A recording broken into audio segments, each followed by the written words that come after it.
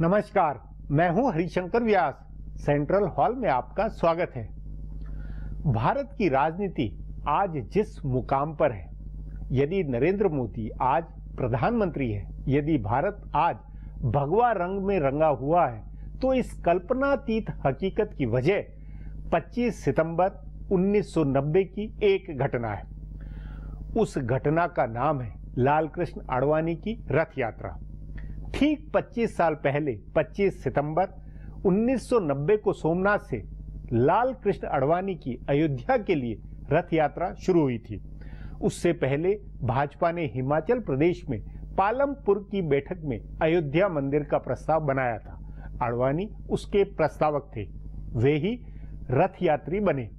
आडवाणी आज कहाँ है और क्या है, यह इस चर्चा में प्रासंगिक नहीं है। बावजूद इसके सोमनाथ का वह दिन, रथ यात्रा का वह वक्त याद दिलाता है कि राष्ट्र राज्य के चेतन अचेतन में धर्म इतिहास अनिवार्यतः होता है। 25 वर्षों में भारत का हिंदू जितना बदला है, इतिहास और धर्म के जिन झंझावातों से वह गुजरा है, उसने आजादी के बाद नेहरू के गढ़े भारत विचार या कि आइडिया ऑफ इंडिया को बदल डाला। संयोग है कि सितंबर 1925 में राष्ट्रीय स्वयंसेवक संघ की स्थापना हुई। भगवा विचार को पैठाने का अभियान शुरू हुआ। ठीक 65 साल बाद एक प्रचारक लाल कृष्ण आडवाणी ने सोमनाथ से अयोध्या की रथ यात्रा की। भारत बदला और आज एक खाटी उसी विचार के प्रचारक नरेंद्र मोदी भारत राष्ट्र के प्रधानमंत्री है।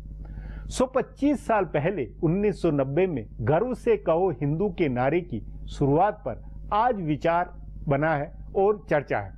मगर उससे पहले गपशप और खास सुर्खियां है। शुरुआत सियासी गपशप से करते हैं।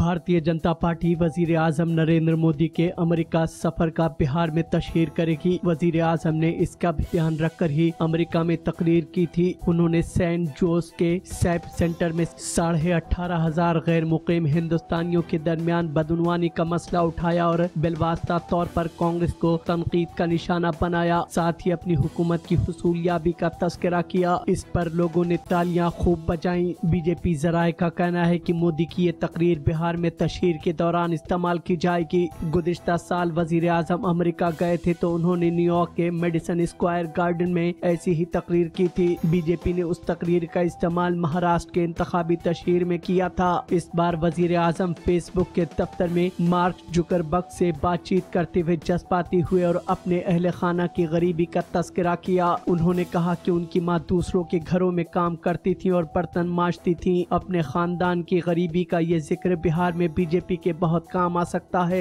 बीजेपी के एक रहनुमा का कहना है कि इस बात पर कांग्रेस इसी वजह से परेशान हुई है क्योंकि उसे लग रहा है कि इससे बिहार में लालू नीतीश का गरीबों को मुत्तहिद करने का दांव नाकाम हो जाएगा। सोशल मीडिया में बीजेपी हामियों ने मां के बहाने मोदी के पसमानदा और गरीब होने की जबरदस्त मुहिम छेड़ रखी है। जब मोदी तशहीर के लिए जाएंगे तो उसमें भी इसका जिक्र होगा। वजीर आजम नरेंद्र मोदी के बैरून ममालिक दौरों से ऐसा लग रहा है कि कांग्रेस ने कुछ सबक लिया है। बताया जा रहा है कि कांग्रेस पार्टी अब गैर मुकीम हिंदुस्तानियों के दरमियान काम करेगी। कांग्रेस के नायब सदर राहुल गांधी का अमेरिका दौरा भी इसी नजरिए से हुआ है। कांग्रेस जराये का कहना है कि राहुल गांधी और उनके कुछ गैर मुल्की दोस्तों के जरिए कांग्रेस अमेरिका और लंदन में गैर मुकीम हिंदुस्तानियों को अपने साथ जोड़ने की कोशिश करेगी। कांग्रेस जराये का कहना है कि राहुल गांधी लंदन जा सकते हैं। वजीर आजम नरेंद्र मोदी नवंबर के वस्त में लंदन जाने वाले हैं। बताया जा रहा है कि 16 और 17 नवंबर को वो लंदन जाएंगे। उससे पहले राहुल गांधी और कांग्रेस के कुछ दिग्गज रहनुमा वहां जा सकते हैं। कांग्रेस का एक एजेंडा गैर मुकीम हिंदुस्तानियों के दरमियान राहुल गांधी को बतौर कायद मजबूती के साथ कायम करने का है और दूसरा एजेंडा मोदी का जादू खत्म करने का है। इसके लिए कांग्रेस सिविल सोसाइटी की मदद ले सकती है। भारत में जिस तरह गैर सरकारी तंजीमों पर पाबंदी लगा दी गई, उसे इशू बनाकर कांग्रेस बैरून ममालिक में सिविल सोसाइटी के लोगों को मदद के खिलाफ खड़ा कर सकती है। कांग्रेस को उम्मीद थी कि अमेरिका में पटेल मोदी के खिलाफ मुजाहरा करेंगे, लेकिन ऐन मौके पर मोदी और उनकी टीम ने उन्हें मना लिया। चुनांचे अब सिविल सोसाइटी के जरिए मोदी मुखालिफ एहतजाज कराने का मंसूबा है। कांग्रेस मोदी के मुबैना कारपोरेट एजेंडे की मुखालफत बैरून ममालिक में कराने पर गौर कर रही है।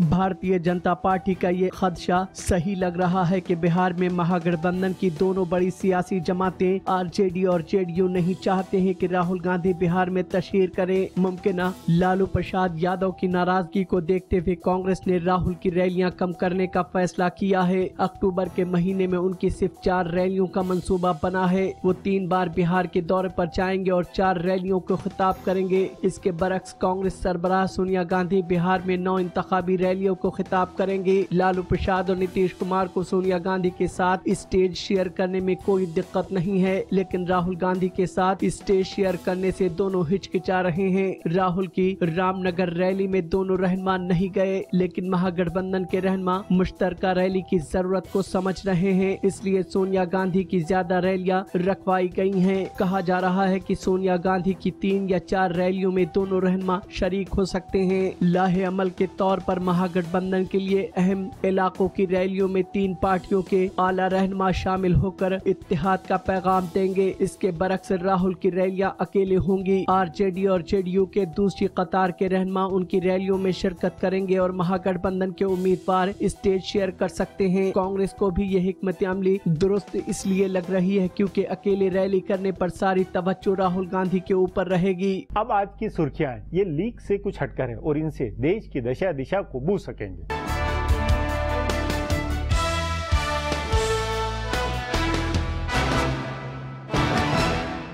रिजर्व बैंक के गवर्नर रघुराम राजन ने रेपो रेट की शरहों में निस्फ फीसदी की तखफीफ का ऐलान किया है। शरह सूद में इस तखफीफ का आम लोगों से लेकर सनती दुनिया को भी अरसे से इंतजार था। रघुराम राजन के ऐलान के फौरन बाद बैंकों ने आम लोगों के लिए शरह सूद में तखफीफ का ऐलान करना शुरू कर दिया। सबसे पहले स्टेट बैंक ऑफ इंडिया ने शरह सूद को 0.40% की तखफीफ करके इसे 9.5% करने का फैसला किया। इससे आम लोगों के गाड़ियों और घरों के कर्ज सस्ते होंगे। स्टेट बैंक की तखफीफ 5 अक्टूबर से लागू होगी। आंध्रा बैंक ने भी 0.25% की तखफीफ का ऐलान किया है। रघुराम राजन ने रेपो रेट और रिवर्स रेपो रेट दोनों में तखफीफ की है। इस तखफीफ के बाद रेपो रेट 7.25% से घटकर 6.75% और रिवर्स रेपो रेट 6.25% से घटकर 5.75% हो गई है। गुज़िश्ता कई माह से शरह सूद नहीं घटाने के लिए चौतरफा तनकीदों का सामना कर रहे रघुराम राजन ने कहा कि वो जो कहते हैं वो करते हैं। वजीर मालियात अरुण जेटली और साबिक वजीर खजाना पी चिदम्बरम ने तखफीफ का इस्तकबाल किया है।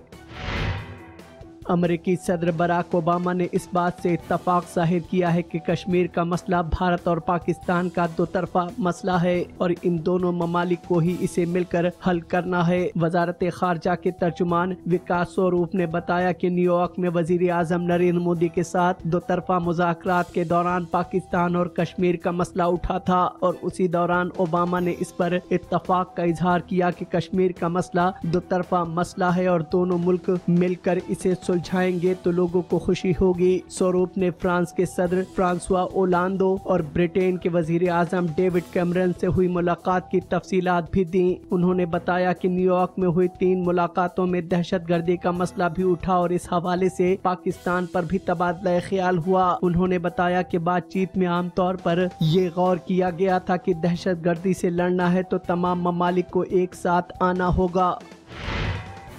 अक़वाम मुत्तहिदा के 70वें इजलास आम के मौके पर सेक्रेटरी जनरल बान की मून की जानिब से मुनक़िदा इशाइये में वज़ीर आज़म नरेंद्र मोदी को हाई टेबल पर जगह दी गई। अमेरिकी सदर बराक ओबामा और रूस के सदर व्लादिमीर पुतिन के साथ मोदी को सबसे खास टेबल पर बैठाया गया। इसी टेबल पर बान की मून भी बैठे थे। टॉप टेबल सिटिंग चार्ट के मुताबिक वज़ीर आज़म मोदी इस टेबल पर ऑस्ट्रेलिया के सदर हेंस फिशर और नाइजीरिया के सदर मोहम्मद बुहारी के दरमियान बैठे थे।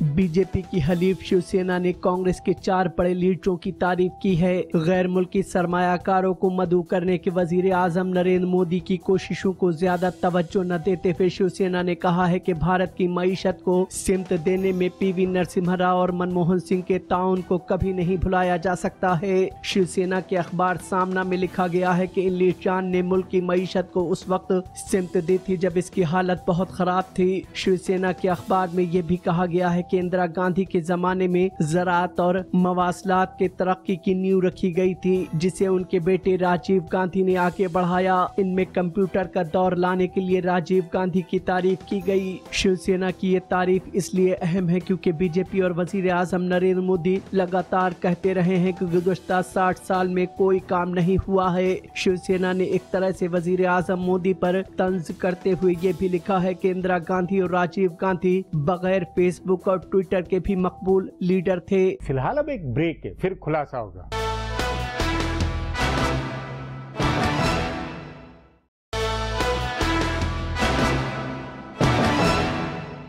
लाल कृष्ण आडवाणी ने 25 सितंबर का दिन पंडित दीनदयाल उपाध्याय के जन्मदिन की वजह से चुना था। सोमनाथ मंदिर से जब उनकी यात्रा शुरू हुई थी तब नरेंद्र मोदी बैकरूम प्रबंधक थे।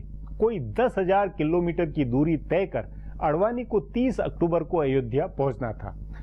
वह याद राजनीतिक उथल पुथल की दास्तां है। इस पर आगे चर्चा करें उससे पहले देखें मेरा यह खुलासा।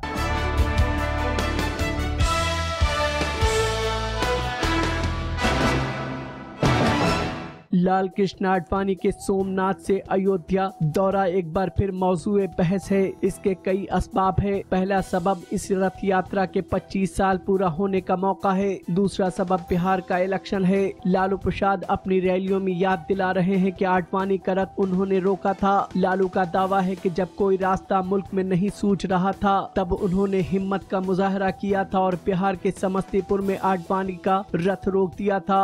सारथी रहे आडवाणी और रथ को रोकने के वाकया दोनों अब बेमाना हो चुका है। बीजेपी खुद भी उसे याद नहीं करना चाहती है, लेकिन इस तारीखी मुकाम पर 25 साल पुराने उस वाक़े के असरात भारतीय सियासत और खासकर हिंदू अवाम में आए बदलाव का तज्जिया जरूरी है। आडवाणी 25 सितंबर 1990 को रथ लेकर निकले थे। उससे ठीक एक माह पहले अगस्त में वजीर आजम वीपी सिंह ने मंडल कमीशन की रिपोर्ट नाफिज की थी और दिगर पसमानदा बिरादरियों को 27% रिजर्वेशन देने का फैसला किया था। लालू प्रसाद और दिगर मंडल हामी कई रहनुमा मानते हैं कि आडवाणी ने मंडल को नाकाम बनाने के लिए कमंडल की सियासत की, यानी रथ यात्रा निकाली। हो सकता है कि ये उस वक्त सबब रहा हो, लेकिन हिंदू अवाम को किसी न किसी तौर से मुत्तहिद करने का बीजेपी और लाल कृष्ण आडवाणी की कोशिश पुरानी थी। वो 1989 के लोकसभा इंतखाबात से कबल इसकी कोशिश कर चुके थे। अयोध्या में राम मंदिर तामीर का अज़्म हो चुका था और घर घर जाकर मंदिर के लिए ईंट यकजा करने का काम किया जा रहा था। इसका नतीजा था कि बीजेपी 2 सीटों से 81 सीटों पर पहुंची थी। उस वक्त तक मंडल की आहट भी नहीं थी। आडवाणी जानते थे कि मंदिर तहरीक से ही बीजेपी की तौसीह मुमकिन है।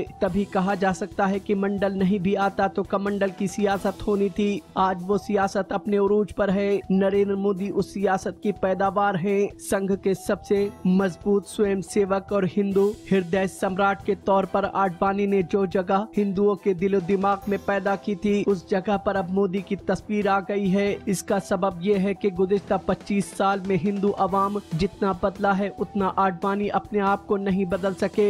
उनको अयोध्या से आगे का सफर करना था, वो सफर अब नरेंद्र मोदी कर रहे हैं। ये मानने में कोई हिचकिचाहट नहीं होनी चाहिए कि दुनिया के वाकयात और हालात ने हिंदू अवाम को भी कुछ हद तक बदला है। अमन और सब्र तहम्मुल के उसूल कई मायने में बदले हैं। अपने हुदूद में ही रहकर हिंदू सबसे आला और अरफा का जज्बा उसके दिल में पैदा हुआ है।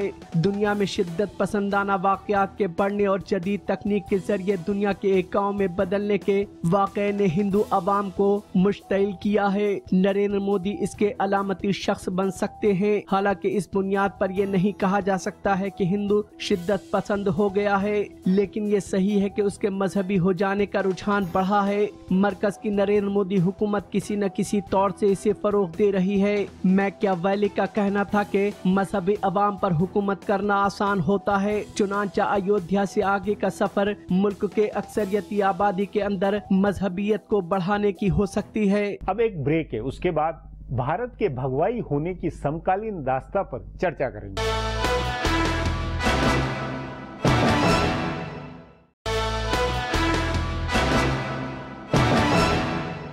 25 सितंबर 1990 के वक्त भारत अलग था। तब किसी ने सपने में भी नहीं सोचा था कि कभी भाजपा सत्ता में आएगी, उसका अपना बहुमत होगा, संघ का एक प्रचारक प्रधानमंत्री बनेगा। आरएसएस तब था, भाजपा तब थी, लेकिन राजनीतिक जमात में ये अछूत थे और आज कहां है? इस पर चर्चा के लिए आज मेरे साथ वरिष्ठ पत्रकार नीरजा चौधरी है। नीरजा जी, 25 सितंबर 1990 को सोमनाथ से जब लालकृष्ण आडवाणी ने रथ यात्रा शुरू की थी, आप और हम दोनों उस समय राजनीतिक रिपोर्टिंग करते थे। उसके बाद 25 साल में जो कुछ घटा है वो सब कुछ ये नहीं लगता कि बिल्कुल उस वक्त कल्पनातीत बातें थी। भाजपा, संघ, भगवा सब एक अछूत उस स्थिति में थी और आज कहाँ क्या है? इस 25 साल का लब्बो-लुआब किस तरह आप देखती है? देखिए, उस समय के जो तीन फोर्सेस 90 के थे, मंडल, कमंडल और मार्केट, जो नई चीजें हुई जिससे राजनीति भी बदल गई और इकोनॉमिक व्यवस्था भी बदल गई और फिर वो वापस नहीं गई है। मंडल जो दौर चला वो ऐसा नहीं कि खत्म हो गया, सब पार्टीज ने एक्सेप्ट कर लिया।